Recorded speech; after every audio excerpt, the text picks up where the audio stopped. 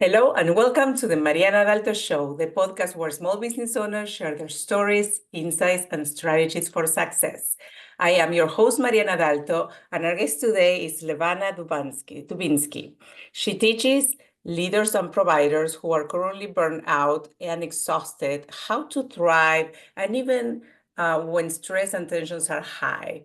She has experience facilitating various strategic growth and transformation initiatives. Her clients achieve significant operational gains, and they are able to connect and care for their patients with greater ease while thriving at home and loving coming to work. Welcome, Lana, to the show. Thank you, Mariana. So nice to see you and so grateful to be here. Absolutely. I'm excited to have you. Svetlana, we know each other from the past when I was working at corporate.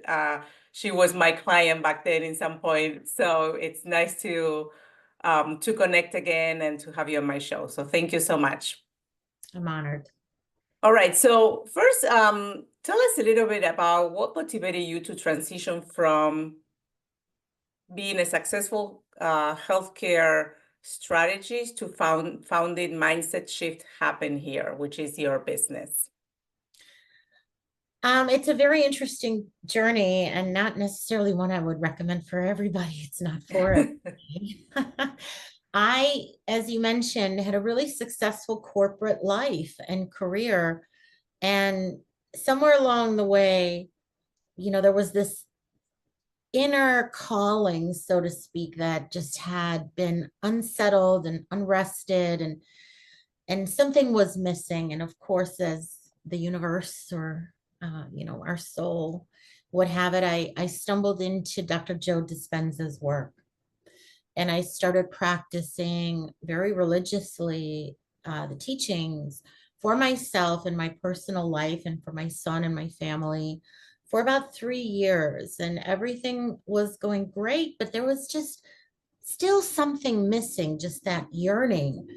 And lo and behold, COVID started.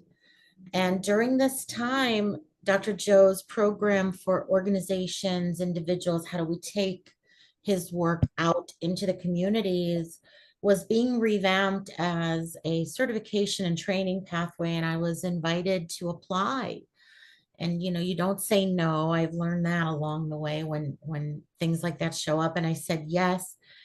And it's so funny because the thing that intimidated me the most, not leaving corporate, which I ultimately did, but the science. I didn't believe that I had the aptitude or the skill set to really embrace science to the level that Dr. Joe expects us to have in teaching his work and sending it out. And Mariana, it was my favorite thing. It turned out to be my very favorite thing. And that was my first kind of real life initiation into how our beliefs keep us stuck. And so I got certified, I got through the training, started changing those beliefs, this just being one of them. And COVID was really rampant. And because I was in healthcare, I had a front row seat to what was already a very big problem for healthcare, that being burnout, now exacerbated into PTSD land with COVID. And here I just freshly got trained and certified into teaching this work. And it became, a non-negotiable thing I had to do. And that's what I think mission and passion and purpose is. It's this thing that you just can't look away from.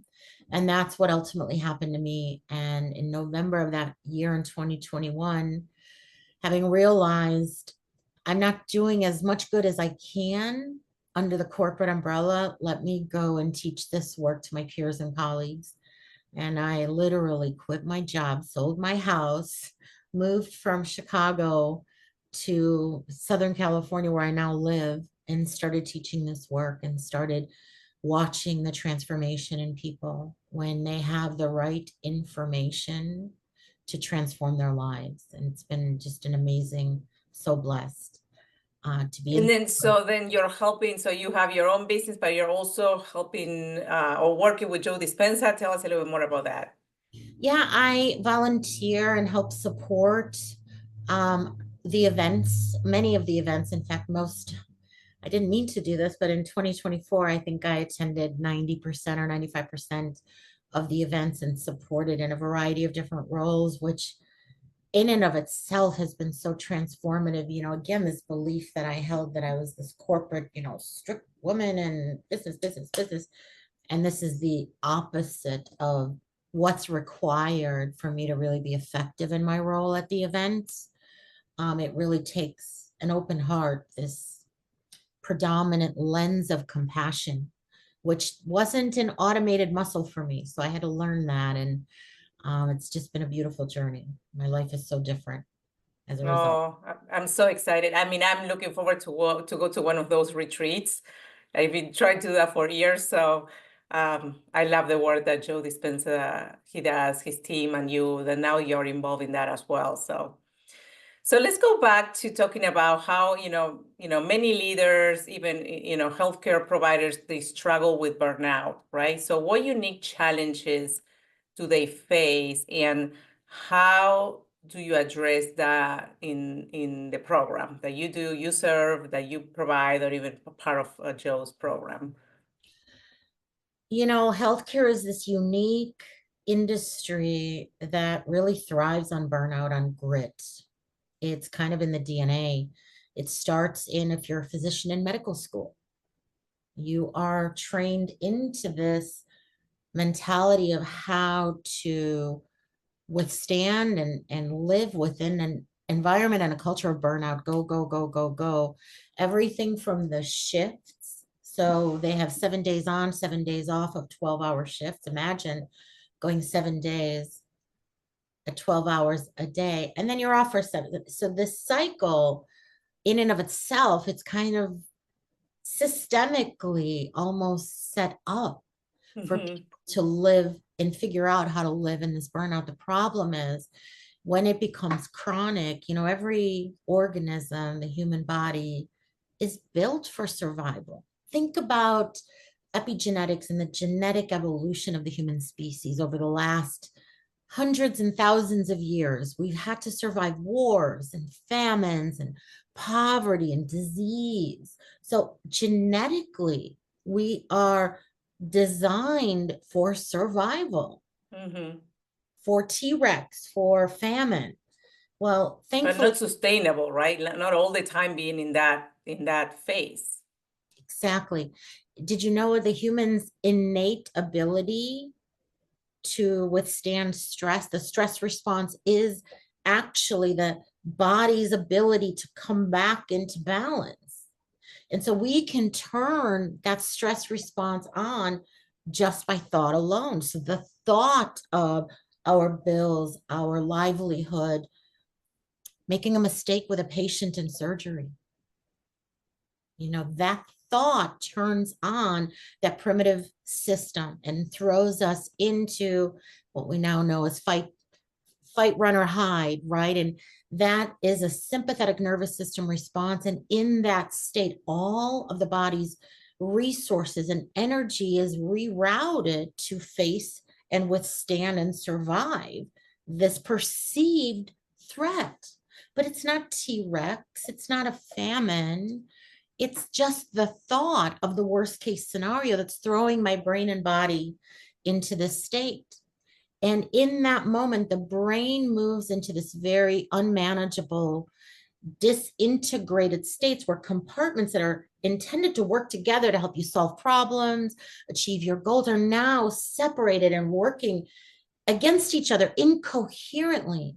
And when the brain is incoherent, we're incoherent. When the brain isn't working right, we're not working right. And in healthcare, if that's happening, it's clouding our judgment. So we have this thing in healthcare called clinical reasoning and medical decision making. It's a whole process and systemic, automation around it. And when that's happening, imagine an oncologist with a patient, a new patient that comes in for a second or a third opinion. They're coming in with hope, and they want you to come up with all the different possibilities for them to recover, for them to have a life.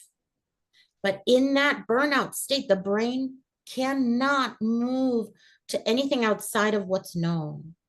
And that patient. So what are the solutions? What do you do? Well, we teach them how to, first of all, move out of that state.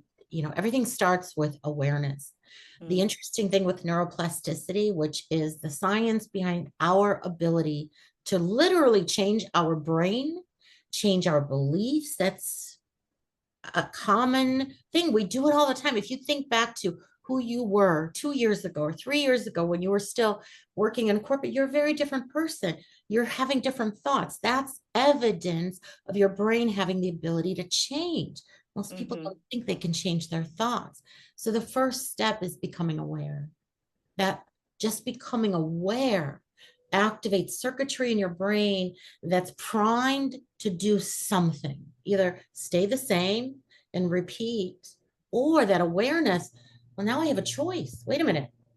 I can choose to stay in that state of vigilance, in that state of suffering, in that state of exhaustion, or I can just by thought alone activate new circuitry in the brain, which then signals the body to move into a different state. Then the other piece of this, once we teach this, then they're understanding how the brain really dictates the body's response and creates the experiences that we live in our life day to day.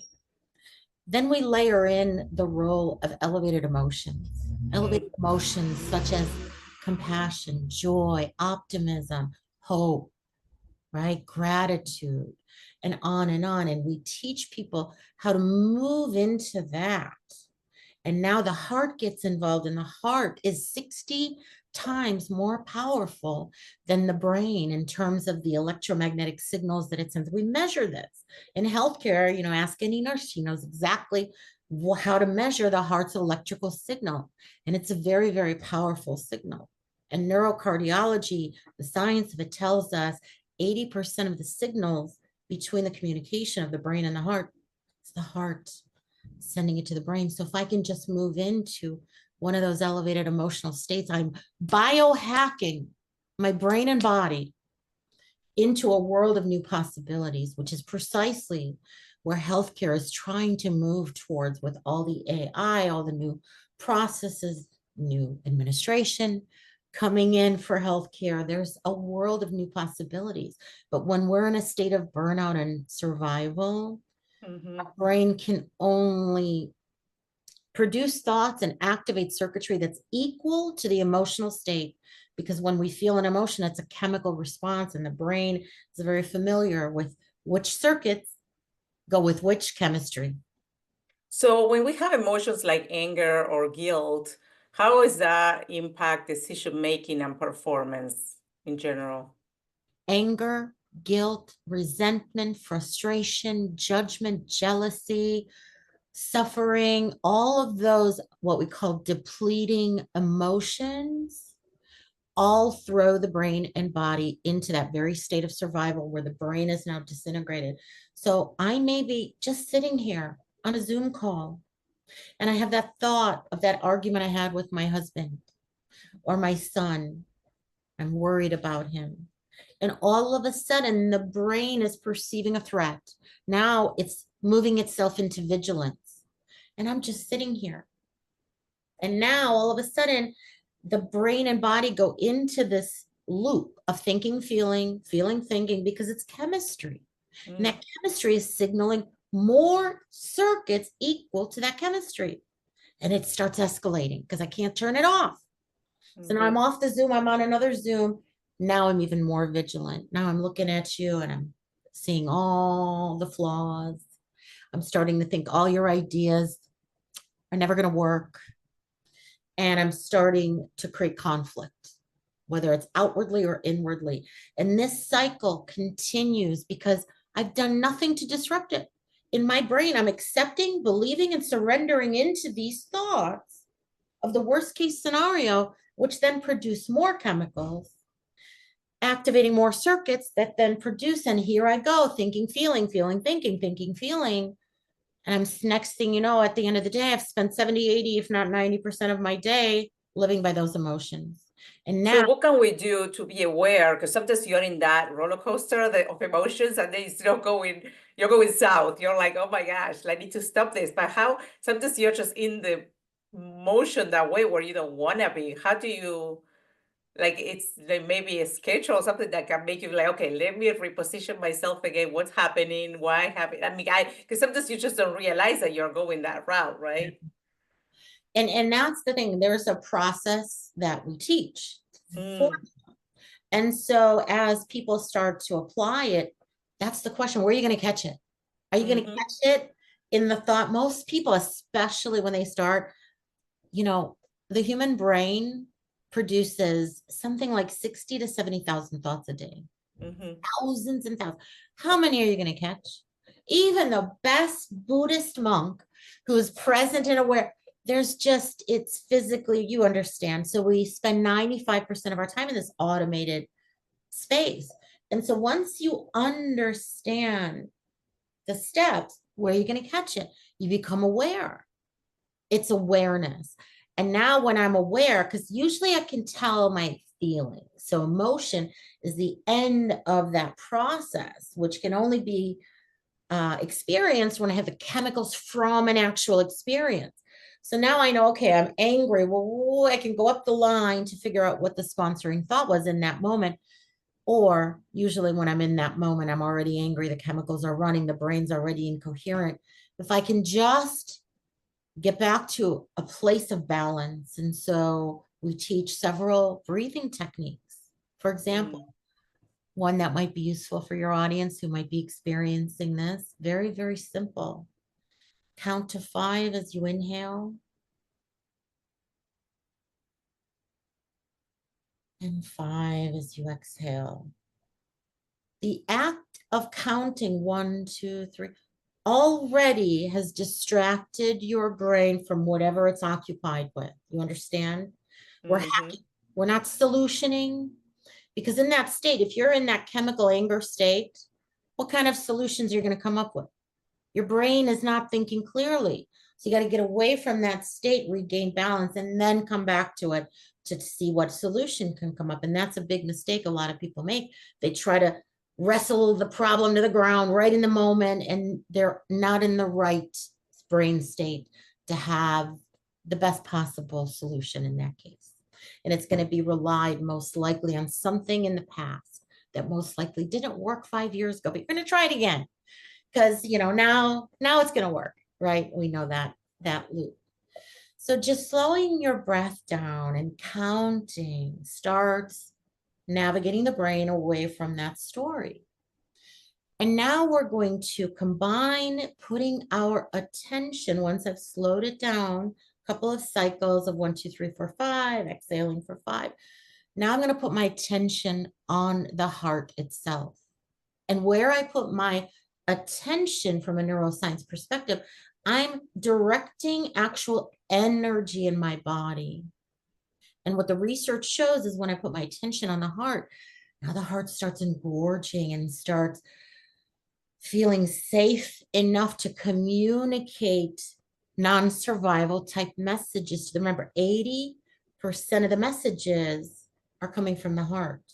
So if the heart's in vigilance, in fear, in anger, what are the messages? And the moment Mm. I can move it into some of it, doesn't matter. It's the trick. The brain doesn't care. The brain and body are so objective.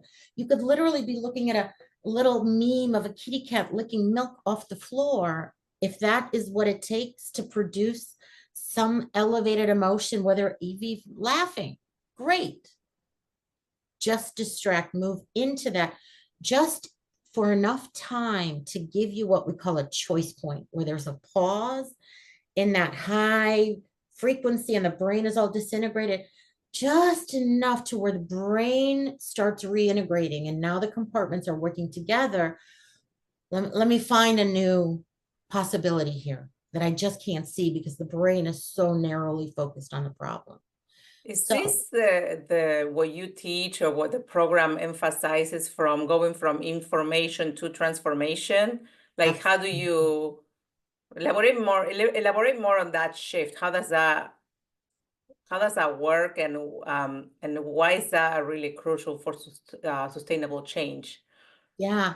Well, any change requires circuitry in the brain. If you think about things that we do on a regular basis, like walking, Mm. breathing, driving a car, opening the door, typing in something as innocuous as typing in our password. After a certain amount of time, you don't have to think about it. Your body now knows how to do it better than the conscious mind.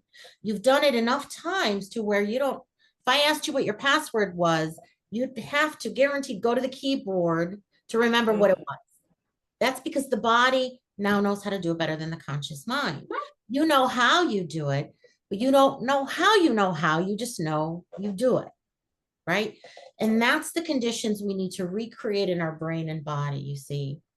And so the one of the Harvard the Nobel laureates Candel in the year 2000 discovered that when somebody learns just one bit of new information, there's synaptic connections that get created in the brain because you've learned something new. Mhm. But you got to keep it alive. You've got to keep Okay. remembering it. You've got to, like seeds in a garden, keep watering it, keep nourishing it, keep it going. And when you do, now those synaptic connections form neurological networks that then become programs and habits to where, like opening the door, you don't know how, you just do it. You want it to Yeah. automatic. So what we teach are the steps, very specific for each individual. Okay, what do you want to evolve? Okay, you want to break the habit of procrastination, or Mhm. you want to bring resilience into your life, or you want to become more productive in your day. You want to improve your performance. Whatever that goal is, and for organizations, you can imagine a lot of it is very performance driven. But it all starts with the individual making the necessary changes. And that takes the repetition because, as Candel's shown us, you have to do this over and over and over, just like any other habit. And when we're changing beliefs, and when they've been those beliefs, we're not good enough, we're always going to fail. They're Mhm. not just in our mind and memories, they're in our body.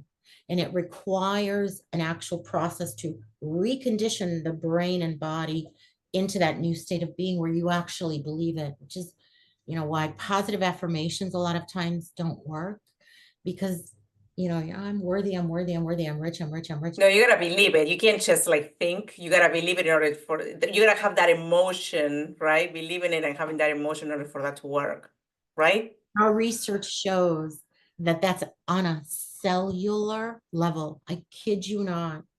And that emotional state then signals genes, and genes create proteins, and proteins are our life source. So it's not just, I'm not getting ahead in my job. What am I signaling in my genetic expression in my body? What Mm. am I setting up for myself in terms of potential future diseases if my body is constantly in that depleted state? And Yeah. that's what research now shows. By making these changes in those emotional states, moving out of that depleting survival state where I spend 70, 80, 90% of my day, and spending more and more time in compassion, in gratitude, in those elevated states, in the present moment, has a very dramatic impact to us biologically, not just in our lives, which in and of itself is amazing. This is amazing. There's so much to learn from this. Yeah. So the audience is gonna be like, okay, I need to learn more. So we're almost at the end of the show, and I have so many questions for you, but this is just like a lot of information to understand, right? So I know we're almost at the end of the show, but I know that you also have an offer, a personal energy scan. So if you briefly can talk about that, and then how can people reach out to you to learn more about everything that you offer?